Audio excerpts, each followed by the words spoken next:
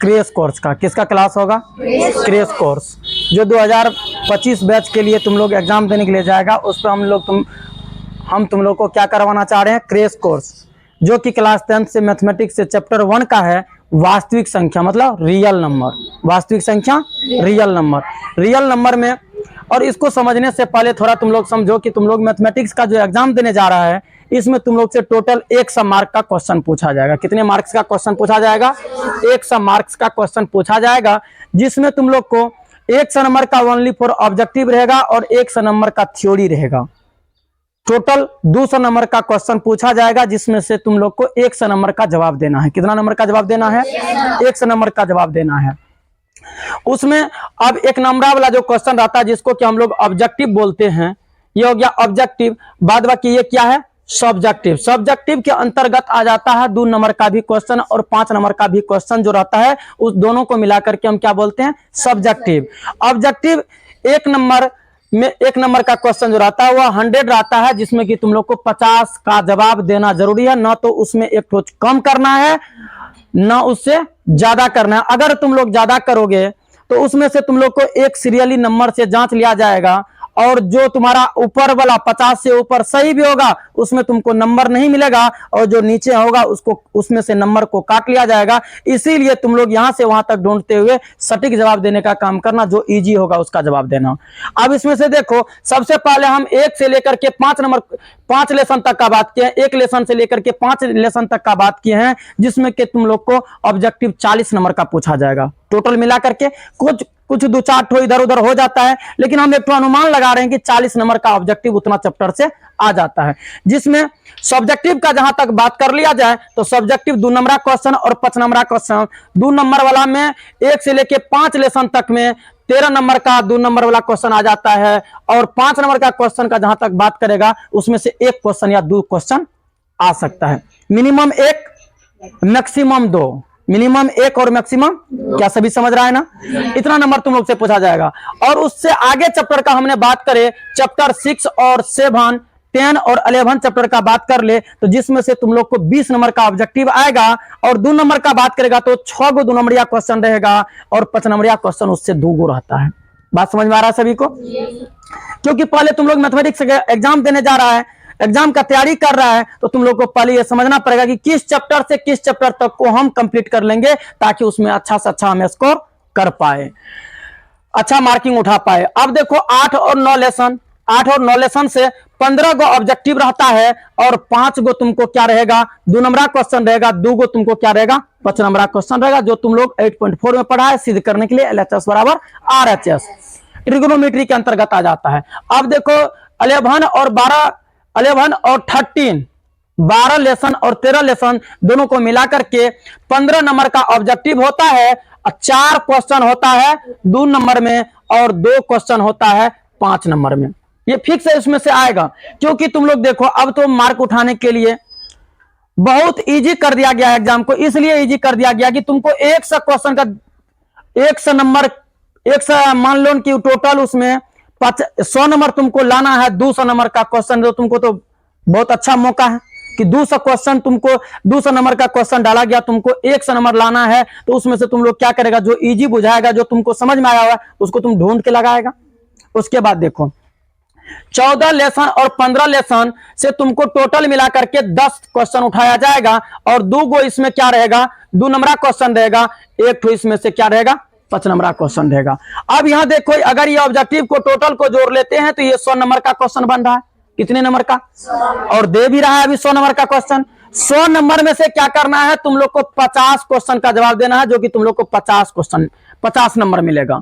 बाद बाकी बात रहा 2 नंबर का क्वेश्चन का, तो 2 नंबर में देखो टोटल मिला के 30 वो क्वेश्चन का बात किए हैं, जो कि 30 क्वेश्चन में से 15 क्वेश्चन का जवाब देना है। अब 15 क्वेश्चन जो तुम जवाब दे रहा हो 2 नंबरिया क्वेश्चन है, तो 15 दूना 30 नंबर तुमको यहां से बन रहा है। बात समझ में आ रहा है क्या?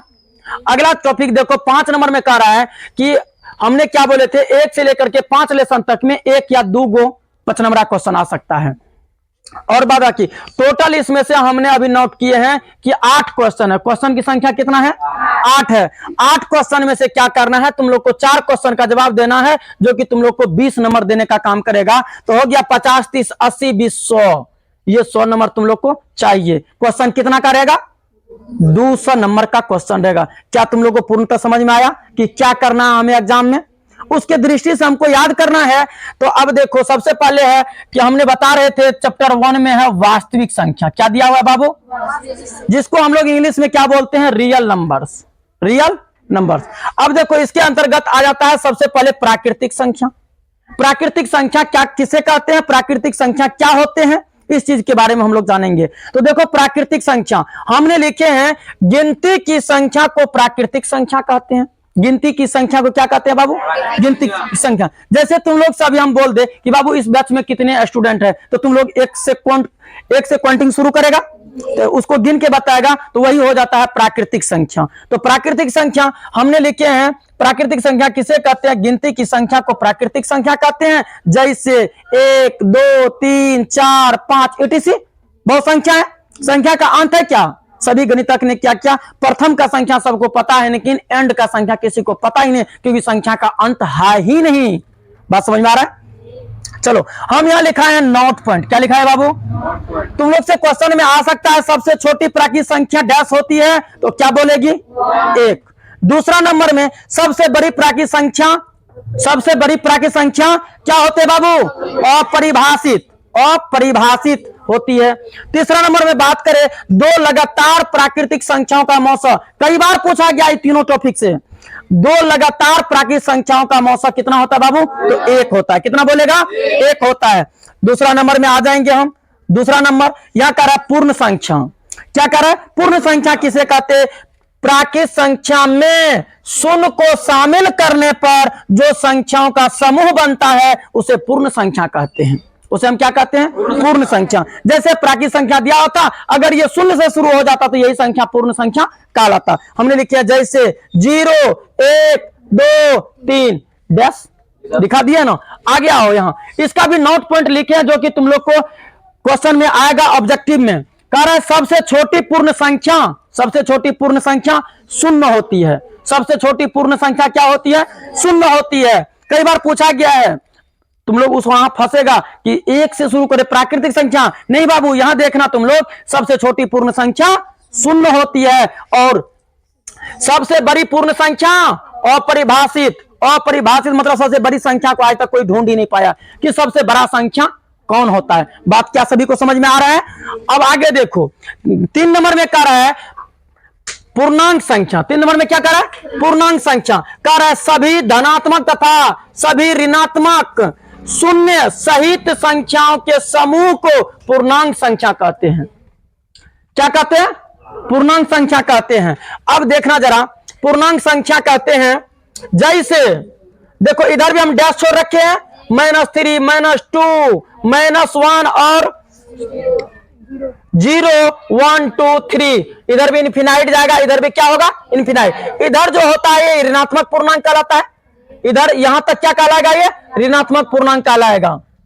यहां 1 से लेकर के माइनस का चिन्ह जिसके आगे लगा हुआ रहता है उसे हम क्या कहते हैं? ऋणात्मक पूर्णांक। उसे क्या कहते हैं बाबू? ऋणात्मक पूर्णांक। और जिसके आगे प्लस नहीं रहता है या प्लस रहता भी है, प्लस नहीं रहता और प्लस रहता भी है, उसे हम क्या कहते हैं? धनात्मक पूर्णांक। धनात्मक पूर्णांक में क्या होता है? अगर नहीं भी प्लस रहता है तो वहां प्लस छिपा हुआ रहता है, साइलेंट रहता है, उसे हम क्या कहते हैं? धनात्मक पूर्णांक। ये शून्य जो है, ये शून्य, इसको बोलते हैं ऋणोत्तर पूर्णांक। कौन पूर्णांक? ऋणोत्तर पूर्णांक। इसी को तुम लोग क्या कह सकता है कि ये ना ऋणात्मक होता है और ना ही धनात्मक होता है। तुम लोग देखो, अगर 4 में हम 0 को जोड़ दे तो 4 को कोई इफेक्ट होता है क्या? अगर 4 में 0 को घटा ले तो कोई इफेक्ट होता है क्या? दुनिया का कोई भी संख्या के साथ इसको जोड़ो और घटाओ तो ये किसी भी संख्या पे इसका प्रभाव नहीं पड़ता है। तो अब तुम लोग को पूर्णांक संख्या समझ में आ गया होगा। आगे आ जाओ, 4 नंबर में कह रहा है सम संख्या। सम संख्या। सम संख्या किसे कहते हैं? वैसी संख्या जो 2 से पूर्णतः विभाजित होती है उसे हम सम संख्या कहते हैं। जो 2 से पूर्णतः डिवाइड हो, ऐसा नहीं कि तुम लोग 5 को सम संख्या बोल देना। कह रहा पूर्णतः विभाजित हो मतलब जिसका शेष फल शून्य हो उसे हम क्या कहेंगे? 2 से भाग देने पर अगर जिस संख्या का शेष फल शून्य बदलता है उसे हम क्या कहते हैं? सम संख्या। और दूसरा डिफिनेशन इसी का दे सकता है, सम संख्या किसे कहते हैं? ऐसी संख्या जिसके इकाई स्थान पर 0, 2, 4, 6, 8 आवे, उसे हम क्या कहते हैं? सम संख्या कहते हैं। तो हमने जैसे भी लिखे हैं 2, 4, 6, 8, 10 etc, मतलब इनफिनाइट तक ये जाता है। चलो अब देखो नोट पर, सबसे छोटी सम संख्या, सबसे छोटी सम संख्या एक बार बोलो तो, सबसे छोटी सम संख्या 2 होती है। और दूसरा नंबर में देखो क्या लिखे, सबसे बड़ी सम संख्या क्या होते बाबू? अगर तुम लोग से पूछ दे हम सबसे बड़ी सम संख्या क्या होते हैं, तो क्या तुम लोग बता पाएगा? कहेगा सर जी हाँ बता पाएंगे, लेकिन ये अपरिभाषित होते हैं, क्योंकि संख्या का एंड हम लोग को पता ही नहीं है, लास्ट संख्या कहां तक जाते वो पता नहीं है, उसको हम लोग पता लगा भी नहीं सकते। तो ये भी बात तुम लोग को समझ में आ गया होगा आसानी से। आगे आ जाओ, 3 नंबर का है, 2 लगातार सम संख्याओं का मौसा, बार बार पूछा गया है, 2 लगातार संख्याओं का मौसा, 2 लगातार संख्याओं का मौसा कितना होता है बाबू? तो 2 होता है। कितना होता है? 2 होता है। ये ऑब्जेक्टिव में कई बार पूछा गया है, ऑब्जेक्टिव में कई बार पूछा गया है।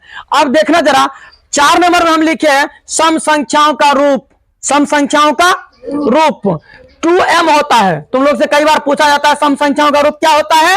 तो 2 होता है। सभी को समझ में आ रहा है ना? इस पे एक ऑब्जेक्टिव तुम लोग से फाइनल है कि पूछा ही जाता है प्रत्येक एग्जाम में। किसके रूप में? अब तुम लोग को 4 रूप में सजा देगा, 2m + 1, 2m, 2m + 2, और लिख देगा इनमें से कोई भी नहीं, इनमें से सभी दे सकता है। तो उसमें से जैसे तुम लोग देख लेना, संख्या लिखा हुआ होगा उसमें 2 का तुम लोग भाग देना, अगर भाग चला जाएगा तो बोल देना ये कौन संख्या है। अगर लास्ट में अभी तुम लोग देखा होगा कि अगर प्लस में कोई भी संख्या दिया हुआ रहता है, तो प्लस में संख्या दिया हुआ है तो उसको पहले क्या करते हैं, ऊपर एक क्रिया कर लेते हैं, फिर लास्ट में 2 से भाग देते हैं। तो अब देखना जरा, उसके बाद हम 5 में आ जाएंगे। 5 में दिया हुआ है विषम संख्या। विषम संख्या का एक डिफिनेशन तुम लोग के बोर्ड पे लिखा हुआ है कि वैसी संख्या जो 2 से पूर्णतः विभाजित नहीं होती है उसे विषम संख्या कहते हैं। उसे क्या कहते हैं? विषम संख्या कहते हैं।